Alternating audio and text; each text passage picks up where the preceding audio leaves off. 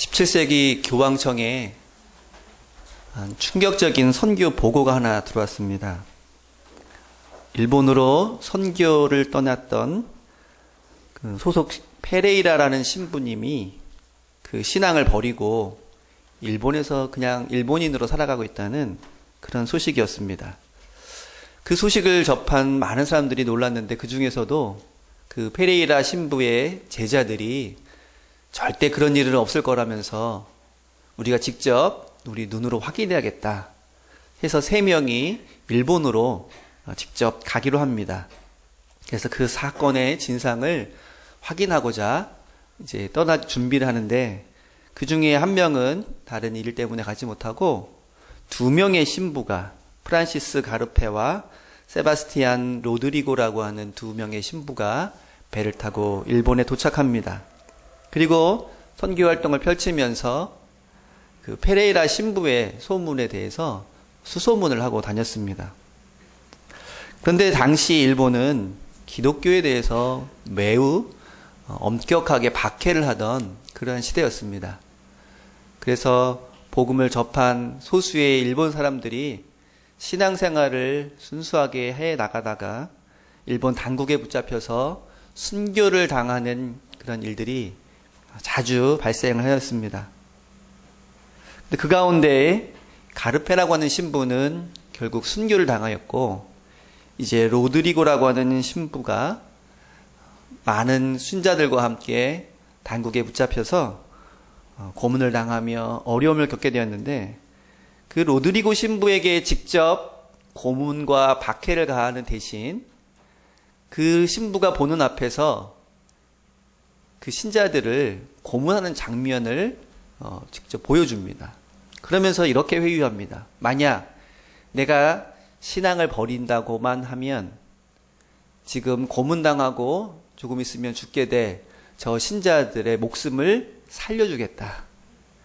네가 끝까지 버티면 네 눈앞에서 저 신자들이 죽을 것이고, 내가 배교를 하면 저 신자들을 살려둘 것이다.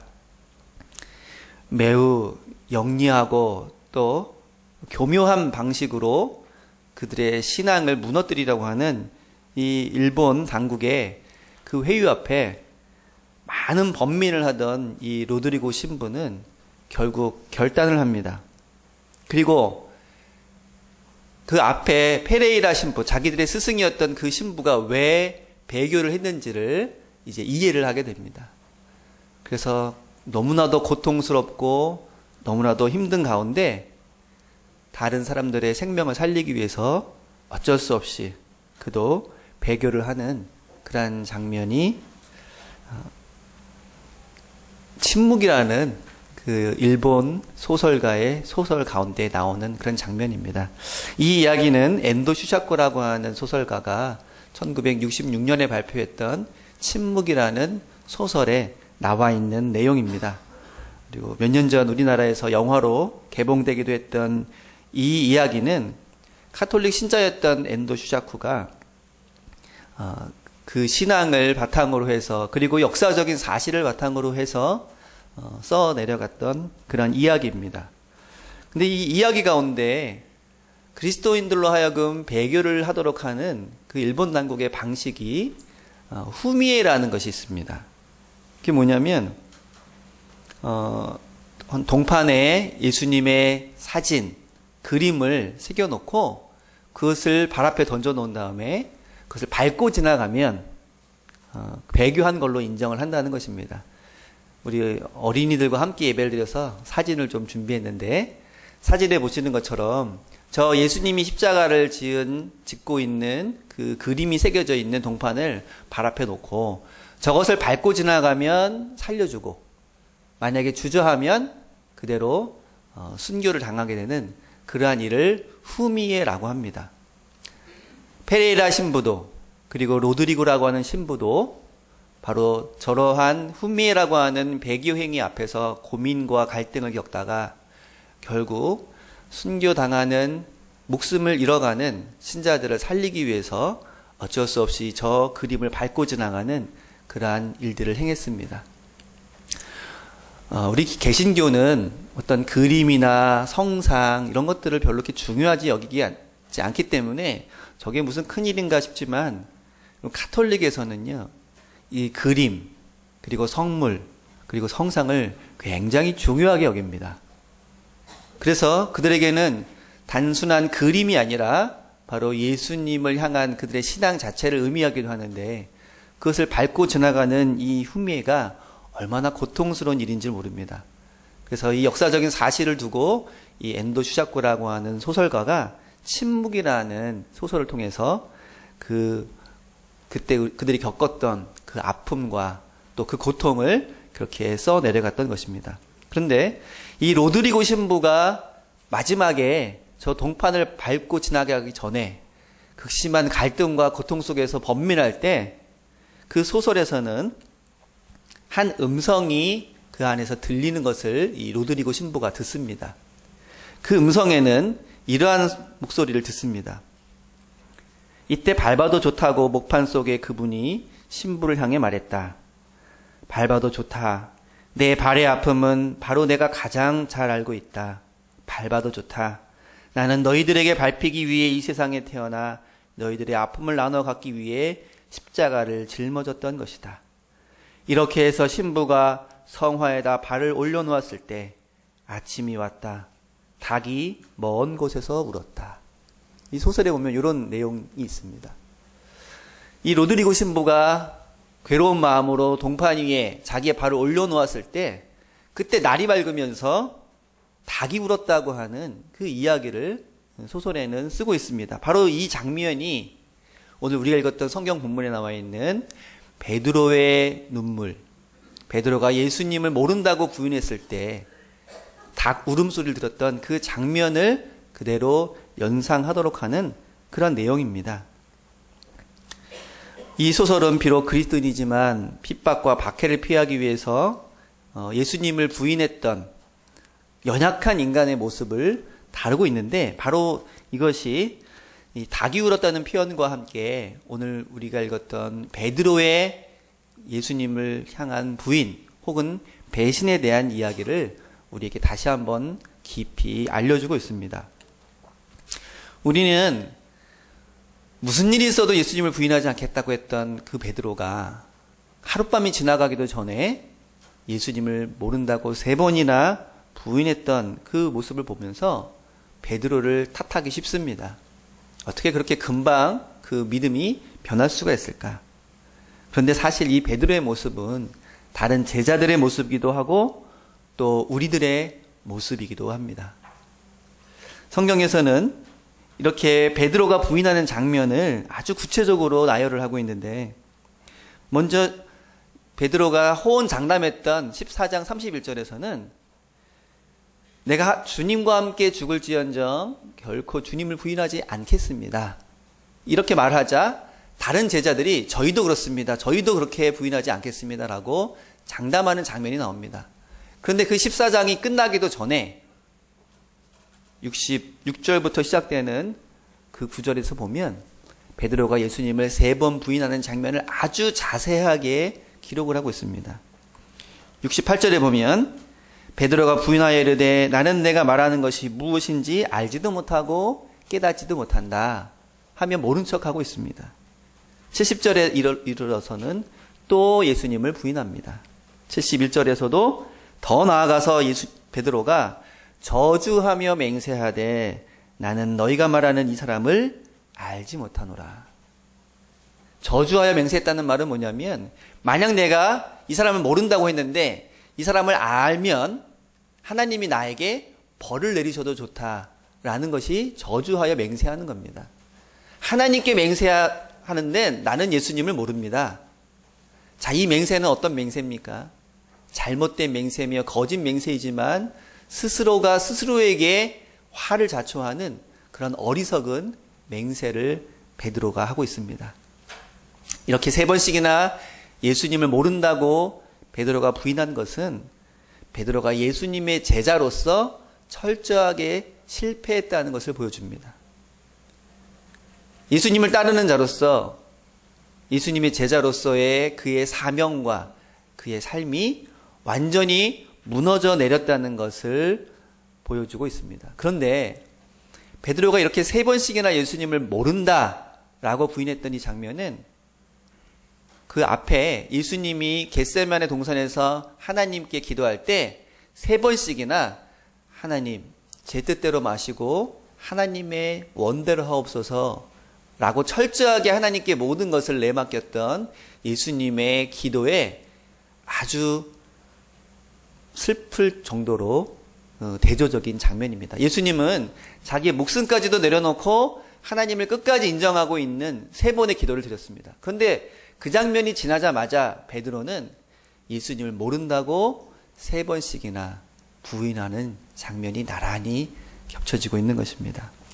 예수님의 철저한 헌신과 베드로의 철저한 배신, 이 두 가지가 서로 비교되면서 얼마나 가슴 아픈, 얼마나 부끄러운 모습인지를 분명하게 보여주면서 그 모습이 바로 우리의 모습이라는 것을 보여주고 있습니다.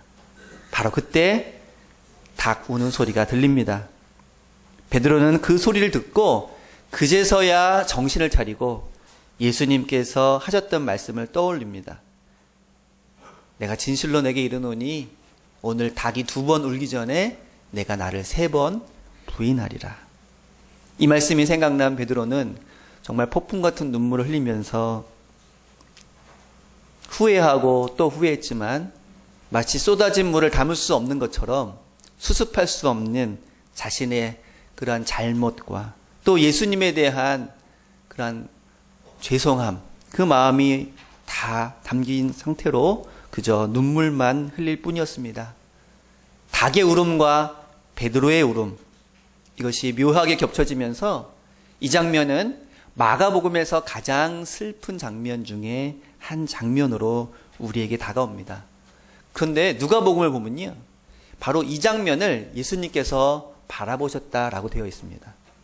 다른 복음서에서는 베드로가 예수님의 말씀이 생각나서 울었다 이렇게만 되어 있는데 누가복음에서는 그것을 예수님이 보고 계셨다.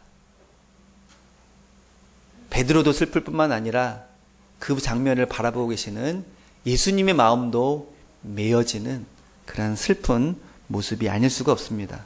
또한 이것을 바라보는 우리의 마음도, 그리고 이것을 성경을 통해서 읽어왔던 많은 성도들의 마음도 그저 먹먹하고 무너질 수밖에 없는 그러한 장면 중에 하나입니다. 근데 더욱 가슴 아픈 일이 있습니다. 이 베드로와 또 제자들이 예수님을 모른다고 또 예수님을 피해서 다 도망가는 그런 모습.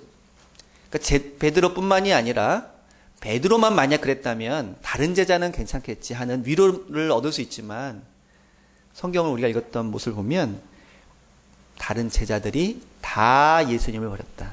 아까 31절에서는 모든 제자들이 우리는 그러지 않겠다고 다 장담하는 모습이 나옵니다. 그런데 예수님이 잡혀가실 때 한 명의 제자도 남기지 않고 다 도망가는 그런 모습이 나옵니다. 근데 이 마가복음에는 다른 복음서에는 없는 독특한 이야기가 같이 포함이 되어 있습니다. 여러분 성경책 51절과 52절을 보시면 한 청년이 벗은 몸에 배 혼니부를 두르고 예수를 따라가다가 무리에게 잡힘에 벗은 몸으로 도망하니라. 그러니까 지금 제자들이 다 도망갈 때 그곳에 어떤 청년, 이름 없는 청년이 하나 있었는데 그 청년도 잡으려고 하니까 그 배 혼니부를 벗어두고 벌거벗은 모습으로 도망가는 그런 장면이 이 마가복음에만 나와 있습니다. 도대체 이 사람이 누군지 성경에도 나와 있지 않고 언급이 전혀 없지만 굉장히 독특한 이 이야기를 많은 사람들이 읽고 궁금해했습니다. 그래서 마가가 아닐까, 요한이 아닐까, 혹은 또 다른 이름 없는 사람이 아닐까 추측했지만 많은 사람들이 인정하는 그 해석은 이 벌거벗은 청년은 바로 모든 제자들의 부끄러움을 상징하는 인물이며 또 그 이후에 예수님을 부인하거나 예수님의 뜻에 어긋나게 살아왔던 모든 성도들의 모습이기도 하다는 것입니다. 분명한 것은 이 마가복음에서는 이 부끄럽고 가슴 아픈 일을 숨기거나 덮어 넘기지 않고 있는 그대로 우리에게 전해주고 있다는 것입니다.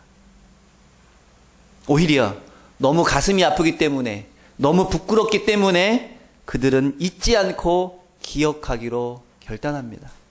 왜냐하면 다시는 결단코 예수님을 모른다고 예수님을 부인하거나 예수님의 곁을 떠나는 일이 없어야 하기 때문입니다.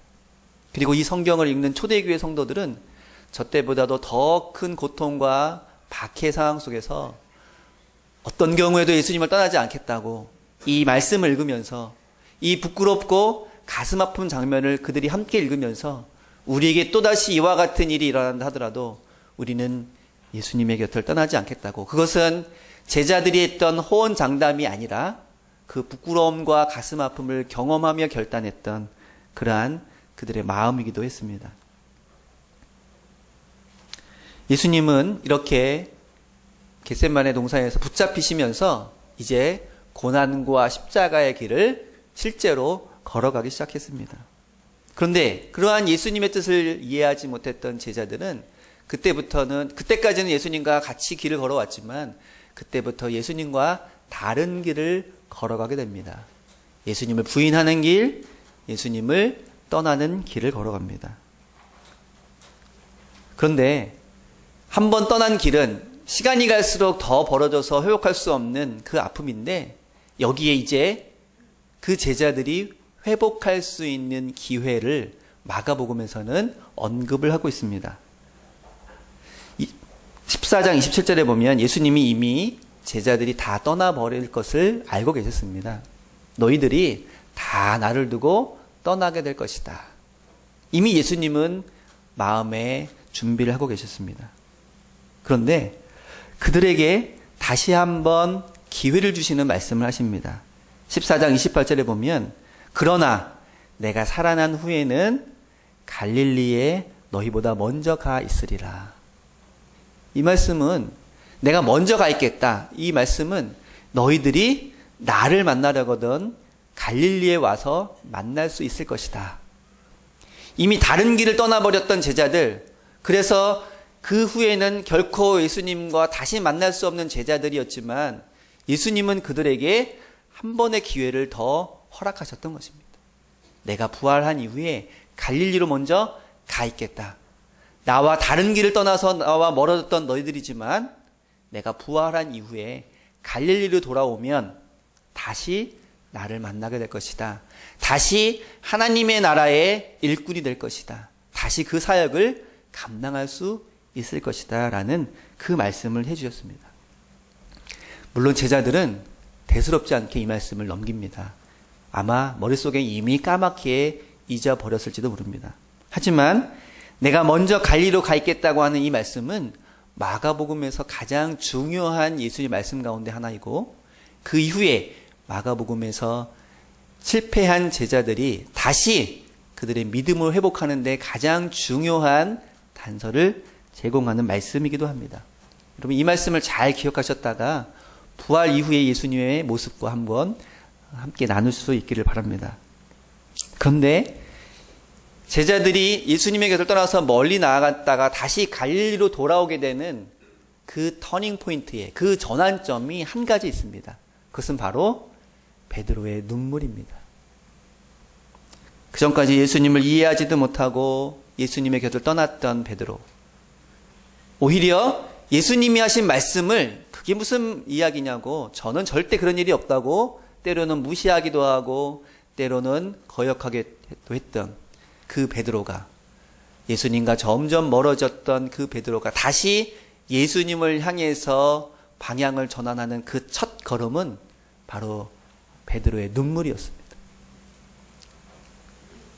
그리고 오늘 우리가 읽었던 말씀처럼 베드로는 엄청난 눈물을 흘리면서 주님 앞에서 연약하고 또 주님을 거역했던 자기 자신, 그리고 아무것도 할 수 없었던 그런 자기 자신에 대해서 철저한 실망과 절망과 그리고 회개를 하는 눈물을 흘립니다. 물론 베드로의 결정적인 변화는 부활하신 예수님을 만나고 성령을 체험한 이후에 완전히 회복된 모습을 보이지만, 이제 그 길로 나아가는 그 첫걸음이 바로 이 베드로의 눈물이었다고 하는 것입니다. 그래서 서양 교회에서는 이 베드로의 회개를 기념하면서 예루살렘에 이것을 기념하는 그 닭 울음 성당이라는 건축물을 짓기도 했습니다. 저 사진의 왼쪽이 바로 예루살렘에 있는 베드로의 닭 울음 성당인데, 그 성당의 자리가 베드로가 예수님을 부인했던 가야바 제사장의 집터 위에 세워져 있습니다.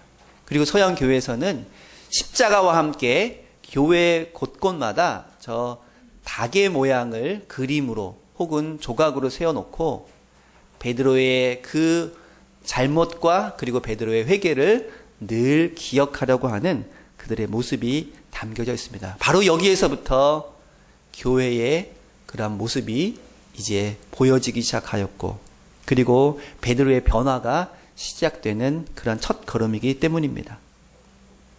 주님은 우리도 베드로처럼 연약하고 부족하여서 언제 예수님의 뜻에 어긋나는 모습을, 또 어긋나는 말들을 해 나갈지를 이미 알고 계신지도 모릅니다. 그리고 우리들 또한 예수님을 버리고 도망할 수밖에 없는 그런 나약한 순간, 그런 비겁한 순간을 만나게 될지도 모른다는 것을 이미 예수님은 알고 계실 것입니다. 그러나 이 베드로의 이야기는 그 가슴 아픈 그리고 부끄러운 그러한 모습을 잊지 않도록 우리를 권면하고 또 인도하고 있습니다. 그래서 다 예수님을 버리고 도망하는 것이 아니라 다시 예수님께로 돌아오기를 우리들에게 손 내밀고 있습니다. 날마다 말씀을 통해, 그리고 기도를 통해, 또한 믿음의 실천을 통해서 주님의 말씀을 깨닫고 또 다른 닭 울음소리를 듣고 주님 앞으로 날마다 돌아가는 저와 여러분들이 다 되실 수 있기를 바랍니다. 우리 교회에는 비록 저런 닭의 그림은 없지만 여러분 마음속에 베드로를 깨닫게 하였던 그 닭 울음소리가 여러분 마음속에 담겨져 있기를 바랍니다. 그리고 오늘도 주님을 향해서 나아가는 우리의 모습이 주님의 말씀을 기억하며 울음을 흘렸던, 눈물 흘렸던 그 베드로처럼 오늘도 주님을 향해서 끊임없이 다시 나아가는 저와 여러분들 될 수 있기를 바랍니다. 그러한 우리의 눈물과 우리의 결단을 통해서 하나님께서는 한 사람 한 사람, 저와 여러분을 통한 새로운 일들을 이루어 가실 줄로 믿습니다. 비록 부족하고 연약하지만 오늘도 주님께로 향하는 저희들의 발걸음을 통해서 하나님의 놀라운 은혜와 역사가 함께하기를 예수님의 이름으로 기도합니다. 기도하겠습니다. 하나님 아버지 감사합니다. 늘 부족하기만 하고 연약하기만 하는 베드로처럼 또 제자들처럼 때로는 예수님의 가장 큰 제자가 될 수 있을 것 같지만, 그러나 언제나 예수님의 곁을 떠나고 예수님의 뜻에 합당치 않은 삶을 살아갈 수밖에 없는 저희들을 용서하여 주옵시고, 오늘도 베드로를 깨우쳤던 그 닭 울음소리처럼 우리의 마음을, 우리의 심령을 깨우치는 하나님의 음성을 들려주시옵소서. 그 음성을 듣고 깨닫는 저희 모두가 될 수 있도록 인도하여 주옵시고, 날마다 주님으로 향해 나아가는 저희들의 발걸음이 될 수 있도록 인도하여 주옵소서. 쓰러질 수밖에 없는 저희들을 다시 일으켜 세워주셔서 하나님 나라의 귀한 사명을 맡겨주셨사오니 겸손한 모습으로 주님 앞에 나아가 맡겨진 사명 감당하는 저희 모두가 되게 하여 주시옵소서. 감사드리며 예수님의 이름으로 기도드립니다. 아멘. 하늘에 계신 우리 아버지